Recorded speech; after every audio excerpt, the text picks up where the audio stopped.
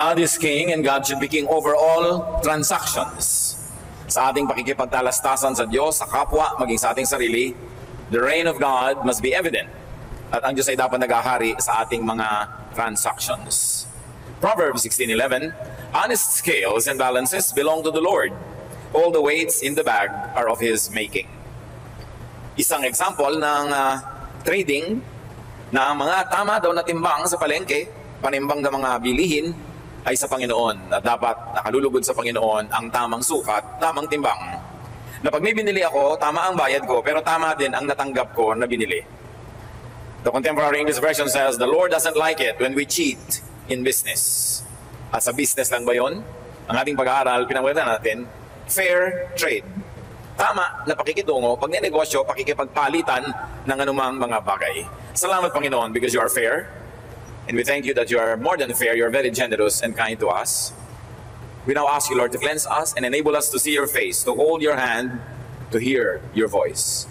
Kayo po ang mangusap, ituin niyo ang aming mga kalikuan, liwanagan ang aming mga kadiliman, balansehin ang aming mga mali-mali at liku-likong paraan sa buhay. Mangusap kayo na may kapangyarihan at ang salita niyo maging gamot, pagkain ng aming espiritu. We ask you, in the name of your Son, Jesus, our Savior, our friend, and our Lord. The Lord hates dishonest trade. The Lord hates unfair transactions. Pag ibinili ka, dapat tama ang bayad at tama din ang timbang, quality, dami ng iyong binili. Proverbs 20:10, two things the Lord hates are dishonest scales and dishonest measures. Yung merong higit ang naibayad sa tinanggap o kaya ay sobra ang tinubo kesa sa ibinigay na serbisyo o produkto. Maraming unfair trade, maraming cheating, maraming short-changing, and these are all not glorifying to God. In fact, short-changing and cheating is offensive to God. Literally, may kahulugan ng mga binasa natin, unfairness, cheating in the market. Sa literal, sa practical, sa physical na antas, may katotohanan ng mga binasa natin. Leviticus 19:35, do not use dishonest standards when measuring length, weight, or quantity. At ang lahat ng nagtitinda ng mga consumer items na tinitimbang, sinusukat, inuuri, alam na pwedeng dayain ito. At marami nga, ginagamit nila yung alam nila para mandaya. Para mas kumita sila, higit sa kanilang ibinibigay na serbisyo o produkto. But the Lord hates this practice. So, people cheat in terms of quantity. Amos 8:5, we are eager to sell less for a higher price and to cheat the buyer with rigged scales. Kaya ang ating gobyerno tinitingnan ng mga timbangan sa palengke kasi kung minsan 1 kilong karne ang binili mo, yung pala 8 guhit lang yun sa totoo. Yung pala mali ang dami, konti lang. At kung binibilang, nadadaya ka kumisa sa bilangan, nagpapapalit ka ng pera kumisa sa money changer, sa bilis ng kamay niya, kulang ang binibigay sa iyo, akala mo tama. Pagbalik mo, ayaw na niyang tanggapin dahil sabi niya, tama yan, ano binigay ko sa iyo. All such things, dishonesty in quantity, and there's also dishonesty in quality. Proverbs 20:14, yung bumili naman ito, it's no good, says the buyer, then goes off and boasts about the purchase. May ganun mga mamimili, pipitasan yung tinda para bumaba ang presyo.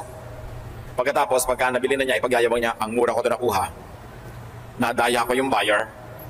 Mas marami akong nakuha kaysa binayad ko. At maraming tungtuwa pa ganyan. Yung mga mahihirap na tindera, uuwi na lang sila, babaratin mo dahil mabubulok na yung kamatis, mabubulok na yung saging, napupilitan na silang ibenta yon. So tuwang-tuwa ka ngayon na nanggipit ka ng kapwa, ang mura na yun nabili. Amos 8:6, we want to mix in some chaff with grain. O pinaghahalo daw yung balat ng mga butil at saka yung butil, mga darak at bigas, para mapuno ang sisidlan. Akala mo ang lahat ng binili mo, prime commodity, yung pala may halong basura. Hindi lang sa palengke ang dayaan. Niyadayan din sa workplace. Yung mga binabayaran ng husto pero hindi naglilingkod ng husto. Meron naman, pinaglilingkod ng husto pero hindi sinusweldohan ng tama. Parehong bandaraya yon. James 5:4-5, look, sabi sa employer na madaya sa pagpapasweldo, the wages you failed to pay the workers who mowed your fields are crying out against you. The cries of the harvesters have reached the ears of the Lord Almighty. You have lived on earth in luxury and self-indulgence. You have fattened yourselves in the day of slaughter. Yun daw ang naghihintay sa mga taong nagsasamantala sa mahihirap na mga manggagawa. Sweldo na, hindi pa pinapasweldo, pinapatagal pa, iniipit-ipit ang mga pasweldo. Sabi ang lahat ng kanilang paghihirap ay nakakarating na mga daing at iyak sa Diyos, at para lang pinatataba mo ang iyong sarili, parang patabaing hayop para katayin. Cheating, madayang employer and employees. Meron ng mga empleyado, lalo't may bandy clock, nagkakandara pa mag-bandy clock, tumatakbo, lumilipad, nalalipad ang mga hagdan, at pagka-bandy clock niya, biglang bumabagal, slow motion lahat ang kilos. Pupunta sa banyo, magme-makeup, maglalagay ng isang kilay na kulang, magsisipilyo, magbubuklat-buklat mga abubot. Ang bagal na, kasi naka-time in na eh. Maraming ganun. Binabayaran mo, yung pala nag-Facebook, oras ng trabaho, kung ano nung ginagawa, musta yung, hi, kumain ka na ba? Binabayaran para mag-ganon. Alam yun ng Diyos at ayaw yun ng Diyos. Proverbs 11:18, a wicked person earns deceptive wages. So an honest person, paglalabas na siya sa kanyang workplace, kay factory, kay office, whatever, o kung hindi quantified yung time, ang lagi mong itatanong sa sarili mo, sulit ba ang employer ko sa ibinayad sa akin sa araw na ito, sa linggo na ito, sa buwan na ito? Hindi yung susweldo ako pero nagpe-pretend lang akong gumagawa. At in fact, uwi-uwi pa yung stapler, uwi-uwi pa yung mga papel at mga supply ng office. Habang nandun sa office, tinda ng kung ano-ano. So, alam yun ng Panginoon. Ito yung mga pandaraya sa literal, sa physical na paraan. Pero may higit pang pandaraya. Figuratively and symbolically, there's a lot of unfairness, cheating, in relationship with God, with people, with oneself. And let's talk about our relationship with God. How do we cheat God? In quantity. Sabi sa Malakay 3:8-9, will a mere mortal rob God? Yet you rob me. But you ask, how are we robbing you? In tithes and offerings, you are under a curse because you are robbing me. Sabi ng Diyos. Dinadaya mo pa ako, lagi pa itinatanong, sa gross ba o sa net, basta kung saan mas ganansyado ka, doon ka papupunta. Sabi ko na, you are robbing me. How else do we make an imbalance in our trade with God, in our relationship and transaction with God? Exodus 28:10, remember the Sabbath day by keeping it holy. 6 days you shall labor and do all your work, but the 7th day is a Sabbath to the Lord your God. And the Sabbath has come to me, not only rest, but also a day of prayer, day of worship. Maraming mga tao, short change ang Diyos. Binibigyan siya ng 6 days a week para sa kanyang lahat ng gawain, and the 7th is for the Lord. Tapos kumisan, wala pa ni isang oras for the Lord, wala pang 30 minutes absent pa, or konting. Late darating sa worship, at unang-unang aalis, nagkakandara pa sa pag-alis. Kulang either sa pahinga, o kulang sa worship. Yun naman ang purpose ng ikapitong araw ng pahinga. Yung iba, hindi pa sumisipot. Lalo pag long weekend. Wala lahat. Long na nga yung weekend, ang dami-dami ng day ng weekend, pati worship sacrificed. Hebrews 10:25, some people have gotten out of the habit of meeting for worship, but we must not do that. Remember that there's a trade, there's an exchange. God gives you life and you give God what you owe Him. Sabi ni Jesus, give to Caesar what is Caesar's and to God what is God's. May binibigay sa iyo ang Diyos, pero meron kang ibabalik sa Diyos, walang dayaan. Hindi lang sa quantity, people can be imbalanced in their transaction with God in terms of quality. Kakanta ng hindi memoryado ang kanta, kakanta ng hindi alam ang kanta, maglilid ng Bible study na hindi handa, magtuturo na hindi handa, magmi-minister na pahuli-huli, low quality. Si David, nung meron siyang binibiling lupa para lagyan niya ng lugar ng offering, meron siyang binibiling mga hayop para i-offer. Dahil siya'y hari at dahil i-offer niya sa Diyos, ayaw pabayaran noong may-ari. Sabi niya, hindi, magbabayad ako at huwag mo akong bibigyan ng discount, babayaran akong buo, sabi ni David. 2 Samuel 24:24, I insist on paying for it. I will not sacrifice to the Lord my God burnt offerings that cost me nothing. Sabi niya, hindi ako mag-offer sa Diyos ng libre ko lang nakuha. Hindi ako nagbayad ng buo at ganap. Hindi ganun ang paggalang ko sa Diyos, sabi ni David. Quality. Mark 12:41-44, Jesus was sitting in the temple near the offering box and watching people put in their gifts. He noticed that many rich people were giving a lot of money. Finally, a poor widow came up and put in 2 coins that were worth only a few pennies. Jesus told his disciples to gather around him. Then he said, I tell you that this poor widow has put in more than all the others. Everyone else gave what they didn't need, but she is very poor and gave everything she had. Now she doesn't have a cent to live on. Ino-obserbahan ni Jesus yung mga naghuhulog ng offering sa mga synagogue kasi nila noon, sa mga temple. Hindi naman lumalakad yung mga basket. Merong lugar na huhulugan mo ng offering mo.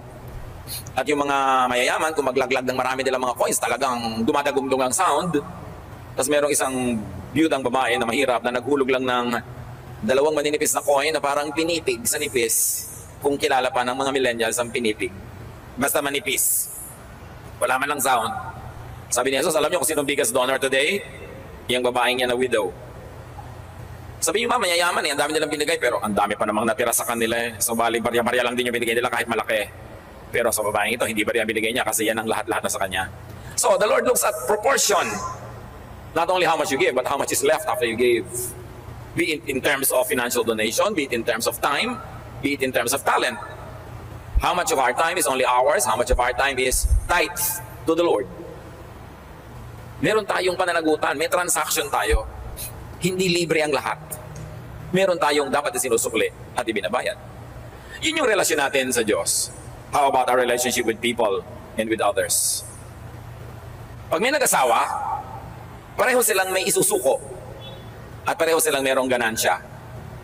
Meron silang pahinga at may pagod. Meron silang nakukuha, meron silang ibibigay. Dapat balance ang trade.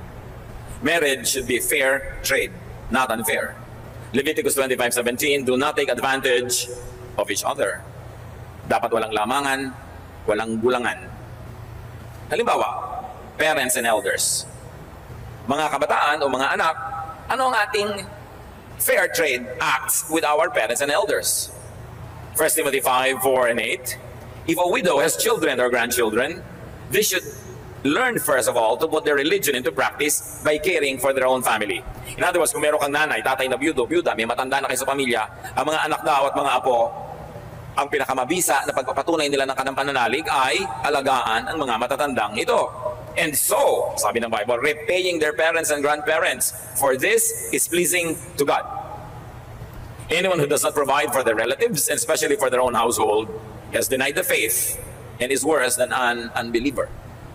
Masahol pa daw sa hindi mananampalataya yung mga taong hindi inaalagaan ng mga matanda sa kanilang pamilya. At syempre, pwede mong baligtarin yun kasi pamilya rin yung bata.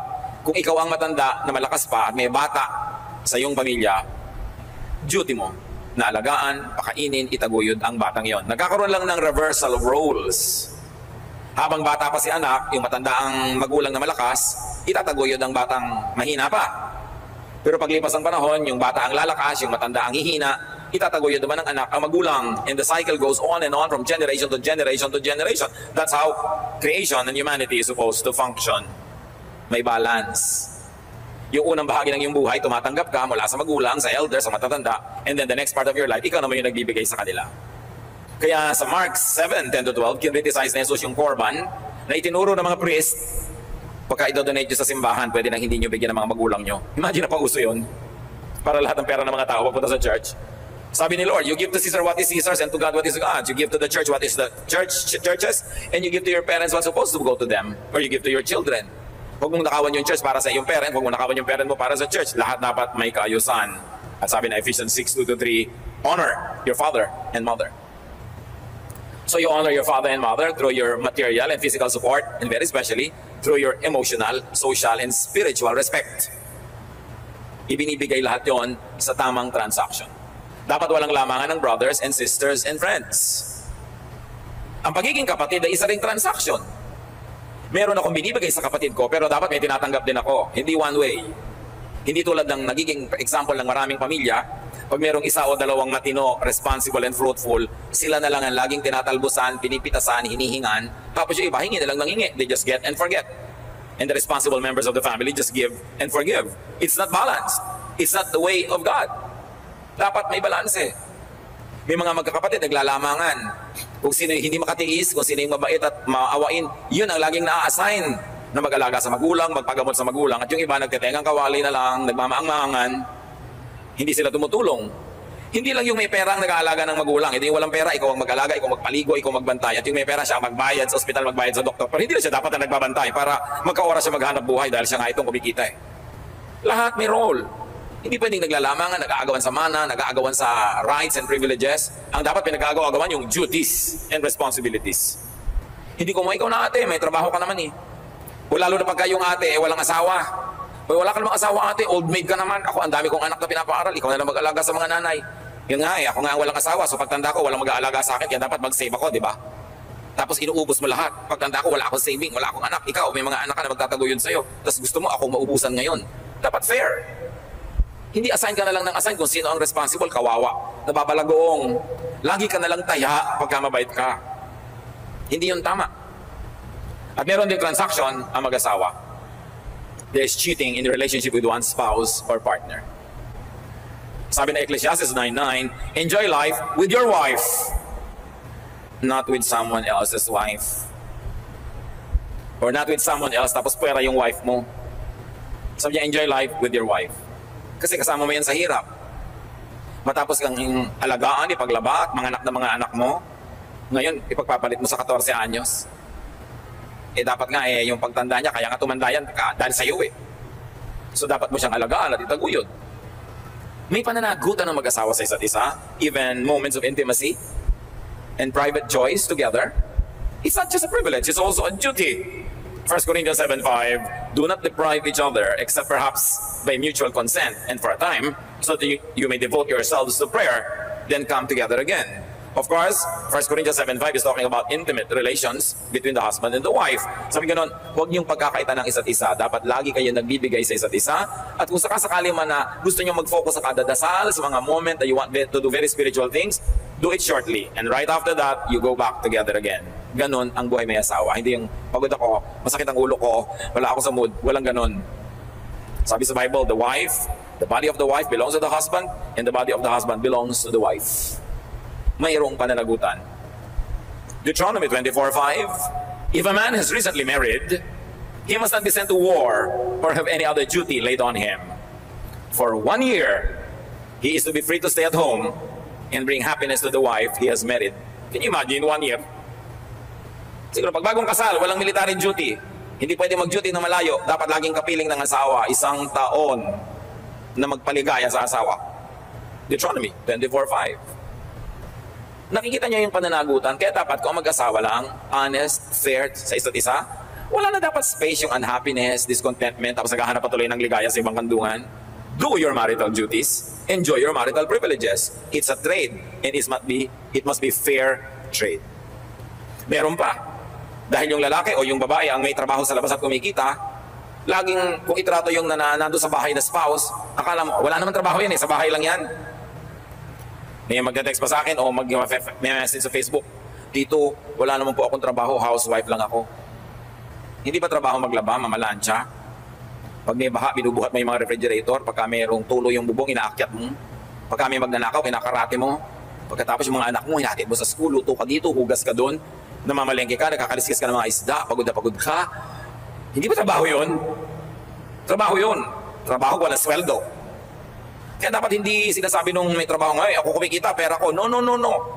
Kung wala kang asawang nag-aalaga sa bahay mo, sa buhay mo, sa mga anak mo, hindi ka rin makapag-focus sa trabaho. Hindi ka makakapasok on time, wala kang isusuot. Kaya dapat fair ang samahan ng mag-asawa. Walang dayaan. May binibigay ka, may tinatanggap ka. That is God's command, and that is God's will. At syempre, wala din dapat dayaan on one's children. Bihira, pero meron din, yung magulang pa ang nandadaya sa anak. Pero nangyayari yun. Kaya sabi sa Ephesians 6:4, fathers, do not exasperate your children. Huwag niyo silang sagarin. Huwag niyo inisin to the point na maging rebelde. Ang bata-bata pa, siya mga pinaghahanap buhay, tas ikaw nagsusugal, ikaw nagchichismis lang, tas yung mga bata nagtitinda na kung ano sa lansangan, tas yung tatay lasing, adik-adik. Sabi sa 2 Corinthians 12:14, children are not supposed to save up for their parents, but parents are supposed to take care of their children. Yung mga bata, habang bata pa, hindi sila dapat na nagsusupport sa magulang. Dapat yung magulang na nagsusupport sa bata. Habang bata. Siyempre, dadating ang panahon, yung bata, hindi na bata, siya na yung nasa katanghalian ng buhay. Siya na ngayon na magsusupport sa kanyang magulang na nasa sunset na ng buhay. May reversal. Pero hindi obligasyon ng mga batang maliliit na buhayin ng kanilang magulang. Pananagutan yon ng mga magulang. So may unfairness to people, and there's also unfairness to the community and to the nation. 1 Peter 2:13, submit yourselves for the Lord's sake to every human authority. Pag no parking, no parking. Pagka no littering, no littering. Pag pay your taxes, pay your taxes. Marami mga tao gusto nila ma-enjoy yung privilege ng pagiging citizen ng isang bansa, pero ayaw nila ng duty, ayaw nila magbayad ng buwis, ayaw nila sumunod sa batas. So ang mga mamamayan, mayroong pananagutan sa bayan para ang bayan ay tumino. At ang mga nangunguna, lalo namang may pananagutan para tumino ang bayan. Kaya si Solomon, nung ginawang hari, sabi ng Panginoon, humiling ka kahit anong gusto mong hilingin, ibibigay ko sa iyo dahil kukoronahan kang hari. Si Solomon humingi ng karunungan. 2 Chronicles 1:7-12, Solomon asked for wisdom to govern. Sabi niya, napakadakila po ninyo, dakila ang inyong bayan, dakila ang mga taong ito, so turuan niyo akong maging mabuting administrador. Give me wisdom. Huwag kayo nagboboto nung walang wisdom kasi lugi ang bayan. Huwag kayo nagboboto ng mga tamad, mga walang vision, walang pagmamahal sa tao, sa taong bayan, kasi malulugi ang bayan. May pananagutan ng mamamayan at ang mga namumuno para patinuin ang isang bansa. There should be correct balance between the rights and privileges and duties of citizens and even of leaders. Meron din tayong unfairness with our dealing with humanity sa pangkalahatan ng kapwa. Kumisan sa ating sobrang pagiging malaya sa sarili, nasa-sacrifice na yung buhay ng iba. Your rights stop when it begins to intrude on other people's rights. Hindi ko mo may karapatan ka, pwede mo nang tapakan yung iba. Ang karapatan mo hanggang hindi ka palang nakakatapak ng iba. Mga kabataan, may karapatan naman kayo maging bata, mag-enjoy sa buhay, maraming matutunan, maraming maranasan. Until hindi nyo natatapakan yung parental rights naman ng mga magulang nyo. May rights sila na sundin ninyo. May rights sila na kayo bantayan, gabayan, utusan, bigyan ng mga assignment. Right din nila yun. Hindi ko mo, I have my human rights as a child. Paano naman yung human right ng parents? So dapat may balance ang samahan ng magulang at ng anak. Hindi one way na parang fascist dictator yung magulang, wala nang radyo anak, at hindi rin naman naging hari yung mga anak na sila lang nasunod, binaliwala ang magulang. Give and take. May tamang lugar para sa lahat ng bagay na ginagawa sa silong ng langit. 1 Peter 2:16-17, live as free people, but do not use your freedom as a cover-up for evil. Show proper respect to everyone. Young people, yes, you have rights to be young, to be happy, to enjoy, but show respect to your parents. Lalong-lalo kung minor de edad ka, nasa silong ka ng pangangalaga, pangangasiwa ng iyong magulang. Pag may conflict of interest kayong dalawa, dapat parental authority ang masunod, hindi yung anak kasi siyang magulang. Bakit ba mayroong chain of command? Bakit mayroong authority? It is to settle disputes. Kaya nga kuminsan, nakalagay pa sa Bible, wife, submit to your husband. Yung submission na yon, pag mayroong grave conflict of interest, na pagka hindi nag-submit yung isa sa isa't isa, maghihiwalay na lang sila. So mabuti pa, para manatiling magkasama, there should be submission. But not on everything. Hindi hanggang kung anong kakainin mo, anong susuot mo, anong kulay ng iyong buhok, submit ka ng submit. Sa mga area na sobrang magkabangga ang inyong pananaw, for the sake of preserving your relationship, one should submit to the other. And the tradition of the Bible has it that the woman submits. But many values in the Bible have changed even during the Bible times. Nag-a-adjust yun. Kung anong ibig sabihin nun. Ang ibig sabihin lang na mahalaga, unity. Kaya may submission, kaya may authority.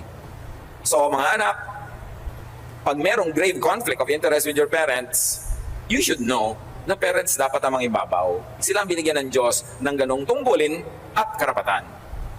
Lumagay sa lugar. Kahit ang mga orchid kumakapit sa puno, hindi tumutubo sa kung saan na lang. Ang water plant nasa water, ang cactus nasa desert, lumalagay sila sa lugar. So ang magulang dapat nasa lugar, ang anak nasa lugar, ang manugang nasa lugar, ang apo, everybody should take your correct place para walang conflicts or minimize lang ang conflicts. Philippians 2:3-4, in humility, value others above yourselves. We should also be fair to the environment, to the planet. Yung environment ang nagbibigay sa atin ng buhay natin eh. Instrument sila ng Diyos. Bakit ka humihinga ng oxygen when you inhale? Dahil may mga puno na nag-exhale ng oxygen. Pag walang puno, walang oxygen, wala tayong hihingahin. Why are you killing all the trees? Yung oxygen mo, hihingahin naman ng puno. Yung oxygen niya, hinihinga natin. Lalabas yung carbon dioxide from our lungs, hihingahin naman ng puno. Kapag may puno at may tao, may bigayan ng hangin, pareho sila nabubuhay. So mga anak ng Diyos, lalong-lalo na, we should protect the environment. We should protect water supply that is to be kept clean. Minimize the use of plastics that are not biodegradable na pag natapon sa ilog, sa dagat, ikinamamatay ng mga hayop, natatrap sila sa loob ng mga plastic bag, nakakain nila yung mga plastic pellets na akala nila pagkain, nakakasama na sa kapwa yung ating sobrang convenience ng paggamit ng plastic at iba't iba pa. Ang mga puno, inaalagaan yan. Kung meron kang hektar-hektaryang lupa, kilo-kilometrong lupa, square meter na lupa o lupa sa paso, huwag lang lupa sa kuko, taniman mo ng halaman. Kasi kailangan natin yan. Deuteronomy 20:19, when you lay siege to a city for a long time, do not destroy its trees because you can eat their fruit. Do not cut them down. Kita nyo, pati puno ayaw ipaputol. Sabi niya, kung may giyera, huwag nyo idamay mga halaman. Huwag nyo sila sunugin, huwag nyo silang putulin. Kasi kailangan nyo rin ang bunga nila. Dapat minamahal natin ang kalikasan. Yung mga likha ng Diyos. We should recycle as much as possible. We use too much, we consume too much. Kaya kung meron kang lalagyan ng isda pag namimili ka sa palengke o sa supermarket, hindi mo na kailangan ng plastic. Dala-dala mo na bag. Kasi dala-dala mo yung lalagyan mo patulit-ulit para sobrang consumption ng mga ganitong bagay. We are destroying our oceans so quick that probably in 20-30 years there will be more plastic bags floating than fish. Eh, ang unang commandment, alam niyo kung anong unang commandment ng Diyos? Sabi kay Adan, take care of the garden. Take care of the animals and the plants. Dapat may balance ang relationship natin with the plants and the animals on the planet. Hindi tayo lang ang wagi, tayo lang ang gumagamit, tayo lamang ang nagko-consume. You were created by God. You did not create yourself. Then you are sustained by God. Therefore, you are not your own. In fact, the Bible says you are not your own. You were bought at a price. So glorify God in your bodies. So be aware of unfairness and cheating in your relationship with your own self, with oneself. Marami sa mga tao, unfair sa sarili. Sobrang magsakripisyo, hindi kumakain ng tama, hindi nagpapahinga ng tama, o kaya hindi sakripisyo, may mga bisyo kung ano-ano na napapabayaan ng katawan. You've got to be very fair to yourself, to your body, because your body gives you a house for your spirit, a house for your brain. When it dies, the brain will die and the spirit will go. You have to take care of your body. Ephesians 5:29, no one ever hated his own body, but they feed and care for their body. So alam mo na yung mga masasamang pagkain, huwag mo nang kainin. Although of course, yung iba, nalalaman natin, akala lang pala natin masama, pauso lang pala ng mga may gustong ibang itinda na yun ang kainin natin, yung tinda nila, siyasatin mo rin, suriin, pero matapos mapatunayan kung anong mabuti at masama, huwag nang pasaway, huwag nang ipilit na kainin yung hindi mabuti sa katawan. Diabetic ka na nga, panay pang inom mo ng mga soda, panay pang inom mo ng mga sweetened juices, kain ka pa ng kain ng timba-timbang kanin, alam mo na nga hindi mabuti sa'yo. May heart problem ka na nga, mayroong problema na ang iyong katawan, kain ka pa ng kain ng mga bawal, ungodly ang ganyan ha. Si Adan, inutusan, alagaan ang hardin, ang halamanan, at ang kauna-una ang halamanan na yon, katawan ng tao. Ecclesiastes 11:9, you who are young, be happy while you are young. Follow the ways of your heart and whatever your eyes see. Magandang teaching yan. You are free to do what you want to do. You've got to enjoy your life at whatever age, but within the context, not at the expense of family or society. O young person, you want to be happy, you want to enjoy. Pero madaling araw na, hindi ka pa umuwi, nag-aalala na yung mga magulang mo. Hindi na yun freedom. You're already infringing upon the rights of your parents. You live together in the same house, at the same time in history, you have a responsibility to each other to keep each other as happy as possible, as safe as possible, as contented as possible. So young person, enjoy your freedom within how the rest of your family defines it in the relationship to their other freedoms and to the well-being of the entire family. Hindi ka lang nabubuhay para sa sarili. Ganon din yung nanay, ganon din yung tatay. May pananagutan ka. Lalo asawa, may pananagutan ka umuwi sa oras. Kasi nag-aalala yung asawa mo. Nagsiselos kumisan. At madalas natatakot na baka ka napahamak. Mga anak, ang mga magulang tanong na tanong, nasan ka na? Anong ginagawa mo? Sinong kasama mo? Tapos naiinis yung mga anak pag tinatanong. Ang totoo, ang tunay na tanong anak ay ito. Buhay ka pa ba? Yun lang yun, sari-sari yung tanong. How are you? Nasaan ka? Ano ginagawa mo? Ano kinakain mo? Gusto lang malaman kung buhay ka. Kasi one of the greatest fears ng parents, baka nabarog na yung anak nila habang nalalaglag sa isang tricycle, o baka may sumaksak sa dilim, baka nahulog sa ilog, wala nang nakakita, baka namatay na, baka may nangyari ng masama. Kaya hanap ng hanap, tanong ng tanong. Mga bata naman iinis pag hinahanap sila. Nakakainis naman kayo, hanap yan ng hanap. Mainis ka sa buhay pag wala naghahanap sa'yo. Yun ang nakakainis. Nobody cares, yun ang nakakainis. Basta't mag-asawa, magkapatid, magulang, anak, magkakasama sa kumpanya, mayroon tayong pananagutan sa isa't isa to keep each other as happy and as safe as possible. So our personal liberties must be measured within the context of the enjoyment and well-being of the entire community where we belong. Ang hilig-hilig mong sumayaw, yugyug ka ng yugyug, ang likot-likot mo, nakasakay kayo sa bangka na walang katig. Tapos, ganito ko talaga ako, gusto kong sumayaw. Lulubog tayo lahat, kasasayaw mo. May duty ka naman, nahimik muna, dahil mayroong ibang madadamay. At ganun tayo sa pamilya. May madadamay. Yung mga ibang kabataan, gustong mag-rappelling, magkung ano-ano mga activities, sumuot sa mga kuweba, umakyat sa mga bundok. Kung namatay kayo, di kawawa na may magulang nyo, walang anak.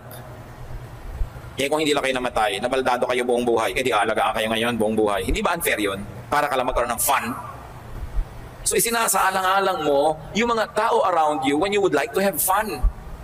Fun mo tapos torture sa kanila. It's not godly. So it should be within the context of the community. Ang mga karapatan nating pangtao, ang ating mga liberties, ang ating mga kalayaan in relation to the well-being of the entire nation, the entire community, the entire church. So maraming unfairness, maraming cheating. Alam niyo kung anong bunga niyan? Imbalance. The wife gives more than she gets, imbalance. The husband gives more than he gets, imbalance. Ganon din yung anak, ganon din yung magulang. Yung citizen at yung government, somebody gets more than what the other person gets, imbalance. And you know that imbalance creates disharmony. Disharmony creates disturbance. Disturbance creates trouble and illness. Kaya may sakit ang lipunan, hindi balance. Ang talastasan ng mamamayan at ng mamamayan, may sakit ang pamilya kasi yung mag-asawa, hindi balance ang samahan, ang anak at magulang, hindi balance, ang magkakapatid, hindi balance. So be fair. In fact, do not just be fair in your relationship with everyone that we have mentioned. Be generous. Do not just give. Outgive. Why? Again, may balance. If you give less than you should, sisingilin ka. But if you give more than you should, may sukli ka mula sa Diyos. So kung magiging imbalance, kapatid, ang iyong pamamaraan, err on the side of being generous. Outgive the world, outgive your family, outgive everybody. Proverbs 11:25, a generous person will prosper. Whoever refreshes others will be refreshed. Pag merong problema ang ating pamilya, i-define nyo agad kung anong contribution nyo sa problema at anong contribution nyo para ma-solve. And do your part. And then that's one less problem. And inspire the others to also do their parts. Palakihin nyo lang yun. Apply sa church, sa community, sa bayan, sa planeta. Kaya ang planeta natin, sobrang pollution, may imbalance sa pag-produce natin ng mga basura at sa pag-iingat natin sa mga napuproduce ng basura. In your relationship with God, with others, with yourself, trade fairly. Do not get more than you give. Maging fair. May asawa ka, be fair. Hindi lang ikaw kuminsan ang nahihirapan, siya din. Ang pamilya nyo may mga problems, be fair. Hindi lang ikaw naman problema. Lahat kayo apektado. And be fair to God, to the environment, to others, and to yourself. Then there will be balance. When there's balance, there's going to be harmony. When there's harmony, there's going to be unity. When there's unity, there's going to be peace. When there's peace, there's going to be happiness. When there's happiness, there's going to be health. Interrelated lahat yan. Hindi tayo nabubuhay para lang sa sarili. Be fair to everyone in your life. Dear Lord, teach us. Ipaalala mo, ipamukha sa amin kung kami ay lumalabis sa pagtanggap pero kulang sa pagbibigay. Turuan mo kami ibalanse ang lahat. Ang aming mga karapatan at mga tungkulin, our rights and duties and privileges, what we give and what we take. Teach us, Lord, to live balanced lives. Let it start with how we think, how we live in our homes, in our communities, in our church, in our country, in the whole world. Teach us, Lord, to respect the law of nature, and that is balance. Pag-usapan natin with the Lord, mga kapatid, ang mga bagay na ito. Manahimik, siyasatin ang sarili, at hayaan ang Espiritu ng Diyos ang magsabi sa atin, ito para sa iyo, ito dapat mong gawin, ito dapat mong pigilan. So you contribute to balance, and you contribute to fair trade. Dear Lord, speak to your children as we all lay still and be quiet before you right now. Mangusap po kayo sa sandali ng katahimikan. Turuan niyo kami ng personal and private application of all these things. Manatili tayo sa presensya ng Panginoon.